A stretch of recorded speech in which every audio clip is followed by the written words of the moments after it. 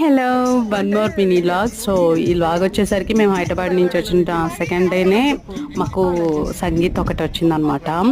So marriage అయితే తిరుపతిలో ఉంది, అందుకని చెప్పి సంగీత్ చేసుకుంటున్నారు, అందరినీ పిలిచారు. ఇక్కడ అమ్మమ్మ వాళ్ళు అండ్ అత్త వాళ్ళు కూడా వచ్చారు. సంగీత్ చేసుకున్న వాళ్ళు అయితే భలే ఎంజాయ్ చేశారు. పెద్దలు పిల్లలు అని తేడా లేకుండా భలే డ్యాన్స్ చేశారు. మీరు చూసేయండి.